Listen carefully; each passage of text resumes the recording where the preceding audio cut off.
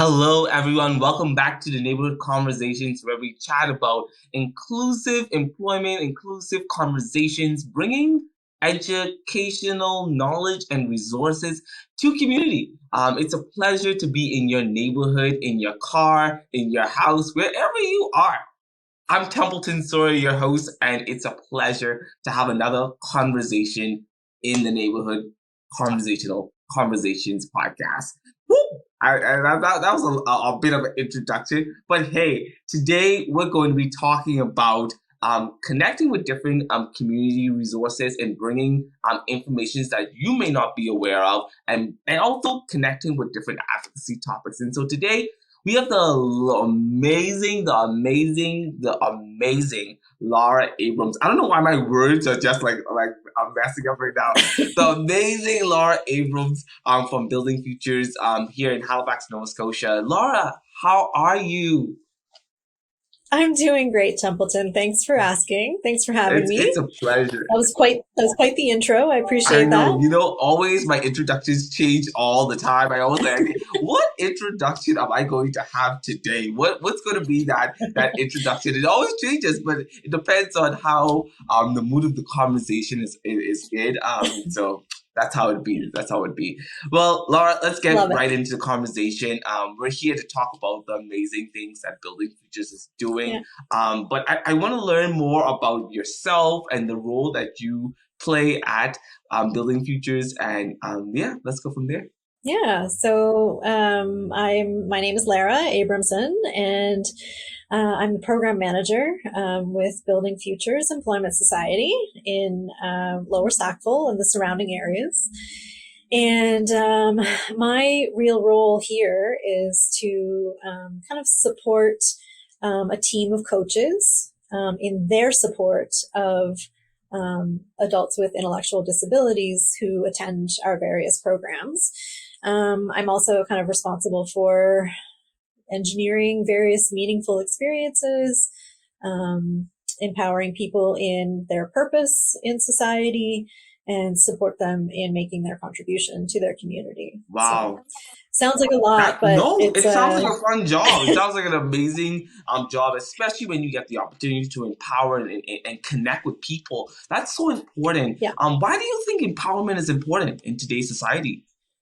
Well, I think the empowerment really comes out through Yeah, self-advocacy. I think, if people with disabilities who maybe have had a more kind of routinized upbringing, people who have had, kind of their life planned out for them for various right. reasons, if they are given the opportunity for choice and decision making by empowering them to make those choices and decisions, then it's just going to be all the better for them, right? So if you get to choose the things that you want to do, whether that's, what are you going to have for lunch, or what job are you going to Yeah, yeah. have, or do you want to work, is really, it's fulfilling, the whole Right. human, right, as part of society. Fulfilling the whole human, and I'm pretty sure that's what Building Futures does, is giving that hope and that love and support and encouragement to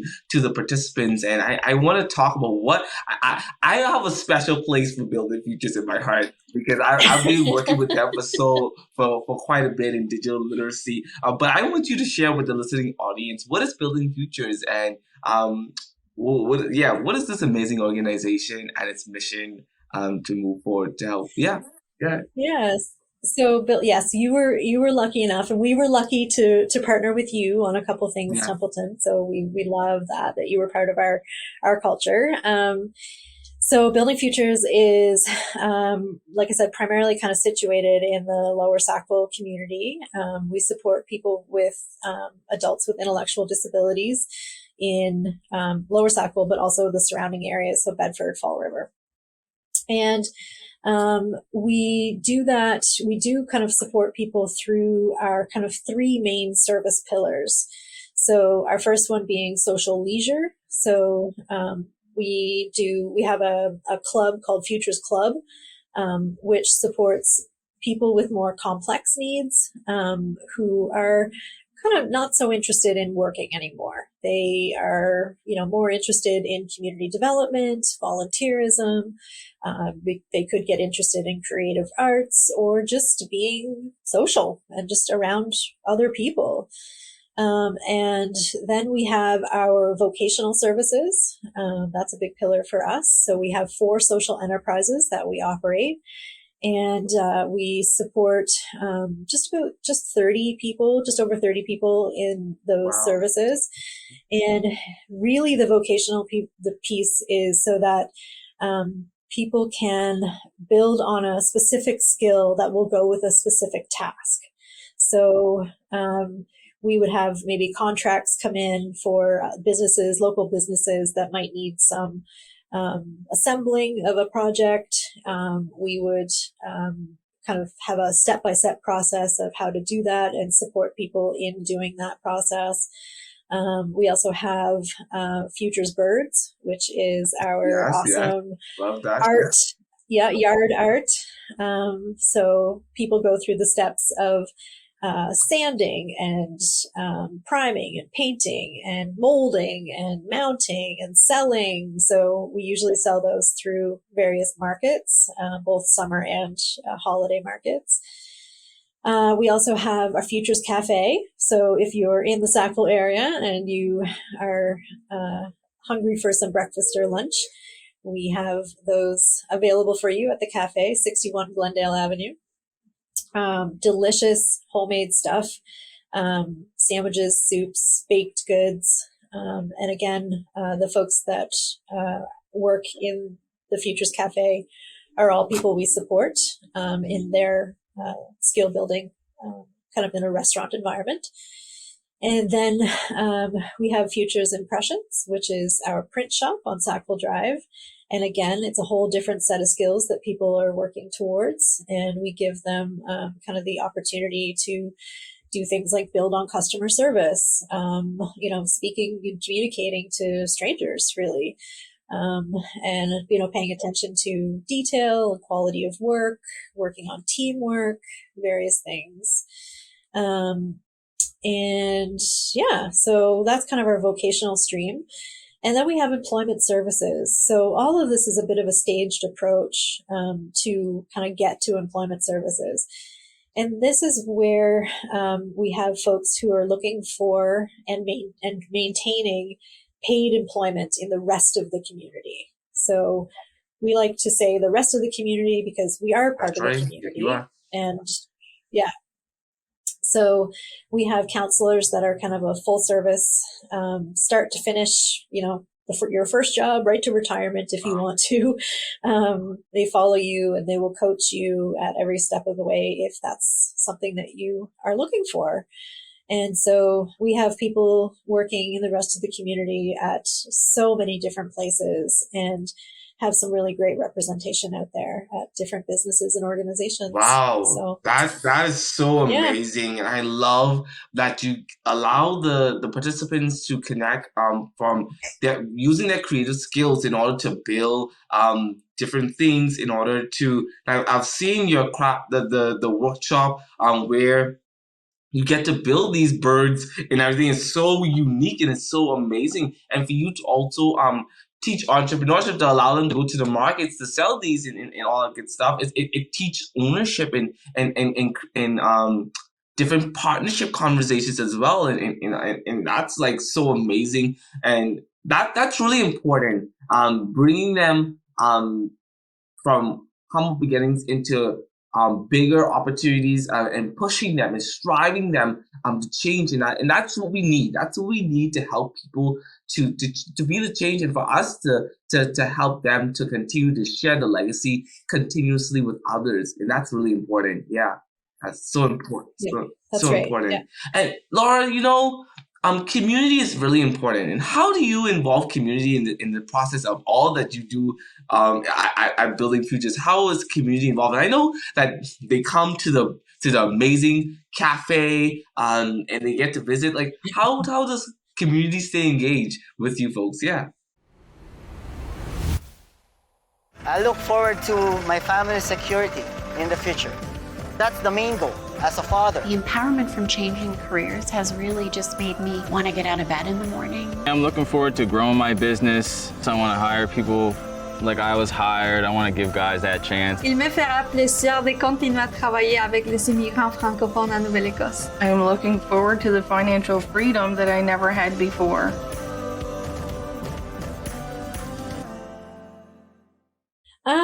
Various ways, I would say. I mean, we definitely try to network as much as we can through obviously a lot of the social enterprises. We also try to make connections with potential employers, and not just employers, but organizations that might require volunteering, right? So someone might not be interested in getting a job, but they want to fill their day with something that is valuable.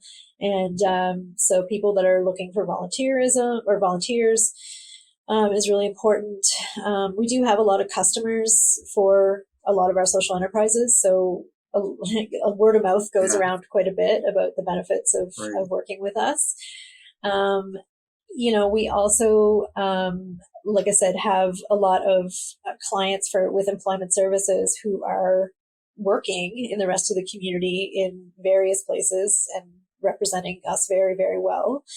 And of course, we have like businesses all over Sackville as well. So we do try to have a presence, I would say, at lots of different community events, any kind of networking.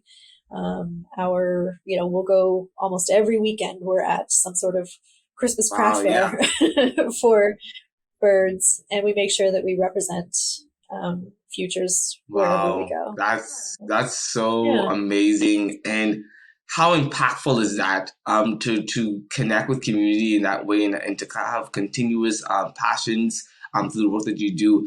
What does impact look like when you do your work in community? What does impact look like for you folks? When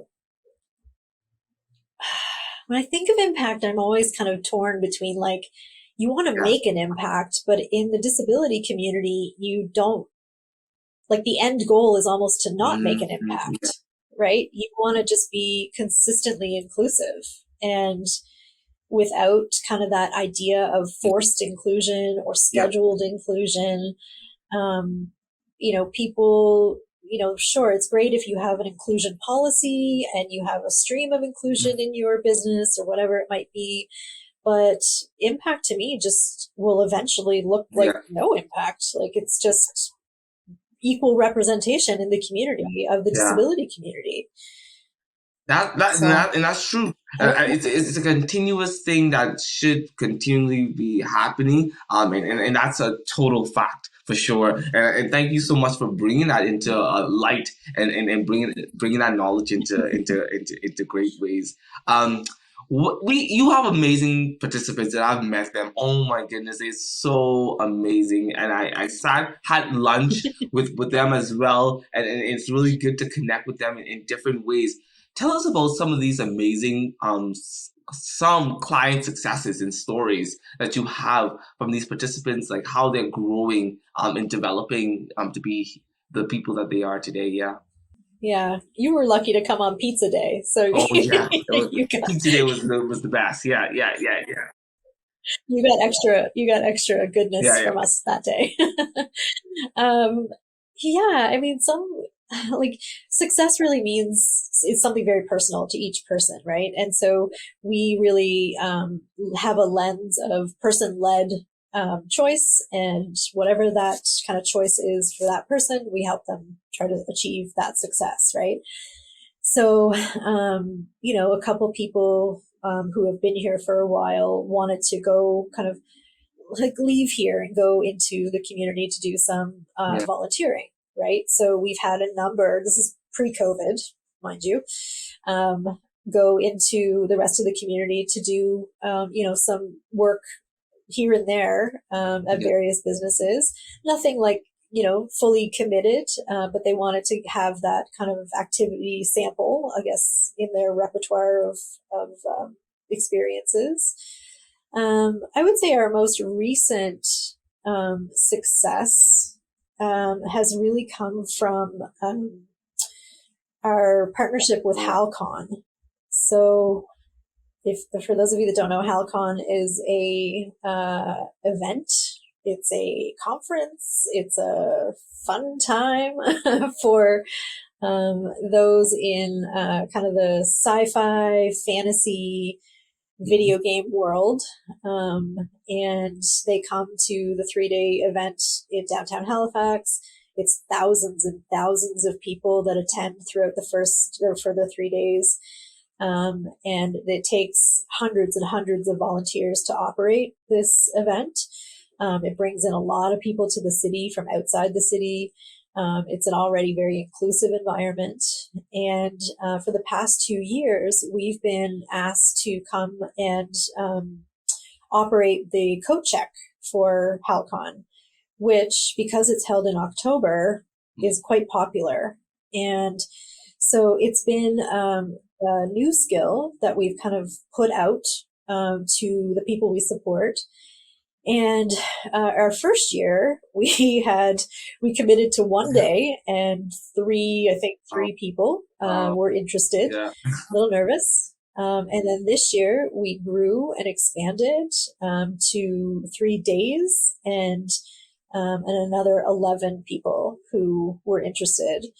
And so it meant doing a little bit of training about communicating with the public and, the small skills of, reading a coat check number, hanging up a coat, saying thank you, having them maybe talk about building futures and what their donation might look like. And it was enormously successful this year. And the other part of that is that we got to work alongside other volunteers that were there, who were doing other roles, but they got to work on equal parts alongside the people we support. So we hope to kind of continue doing those types of things and really kind of engaging in these incredible inclusive events like HalCon.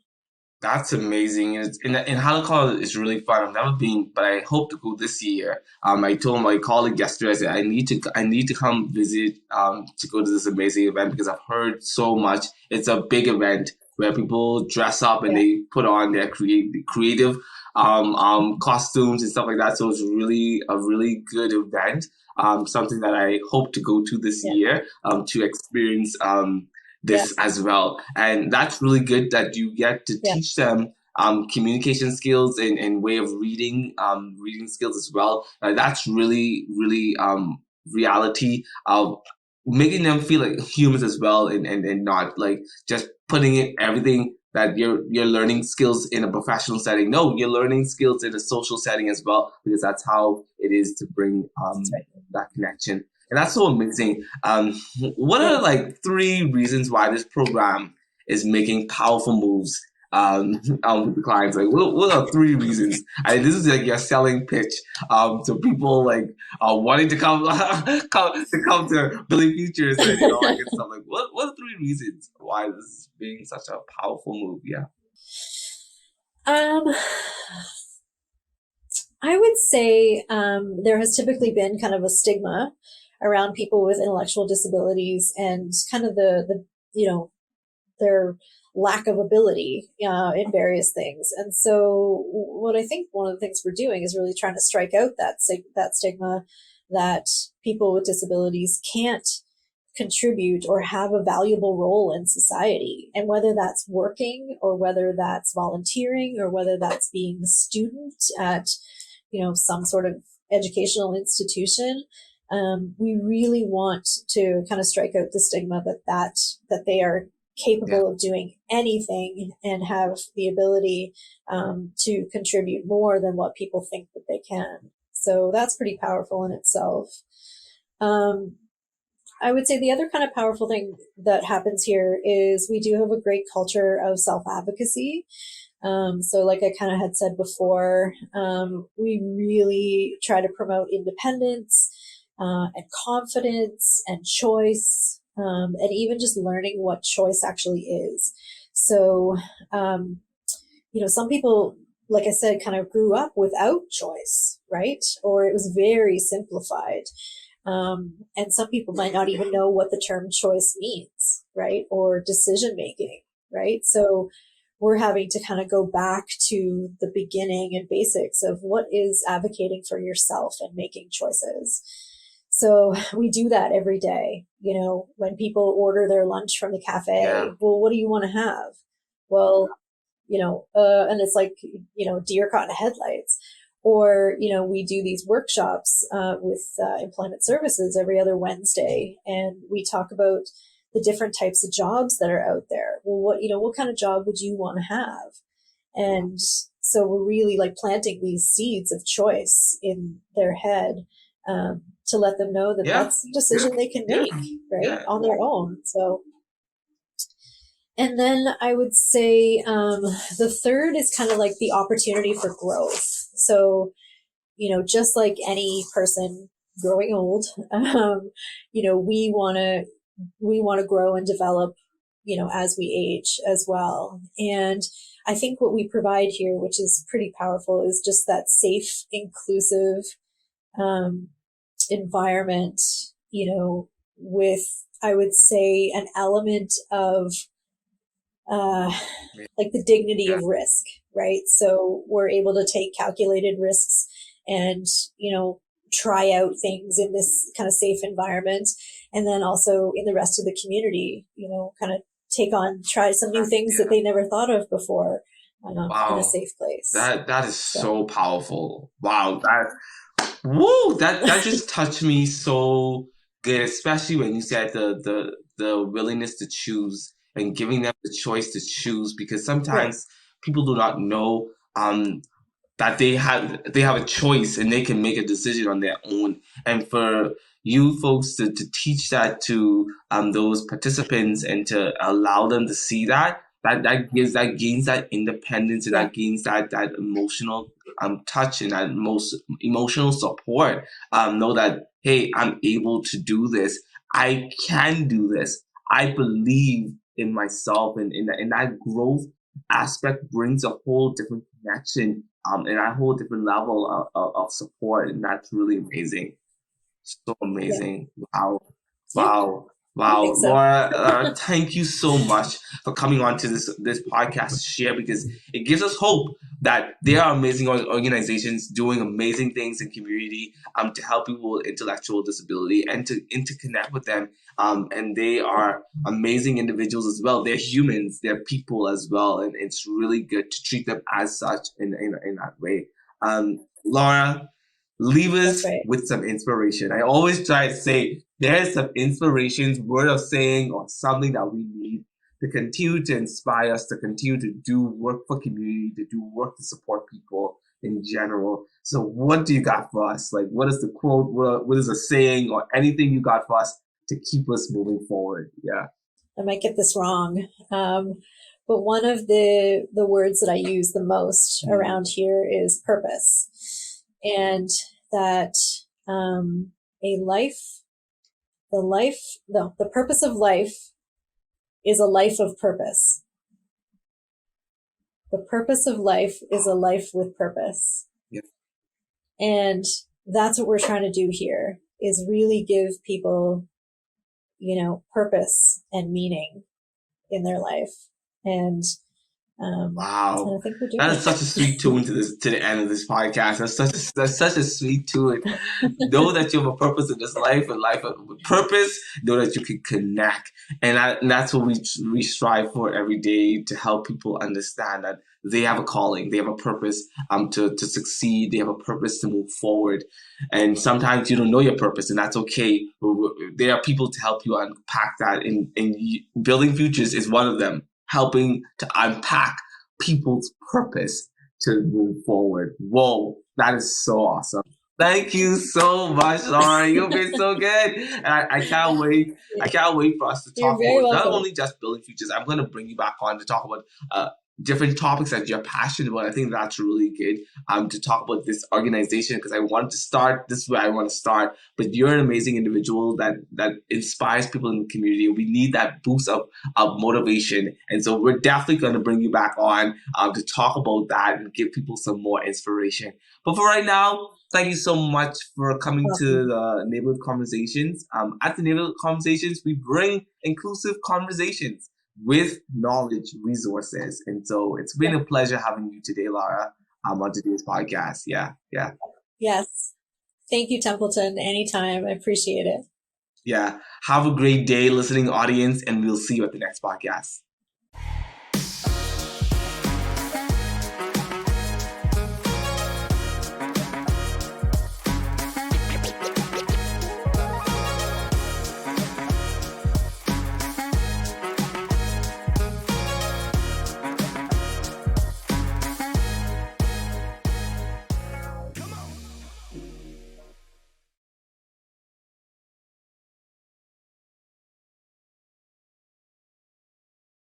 This podcast is funded by the Government of Nova Scotia.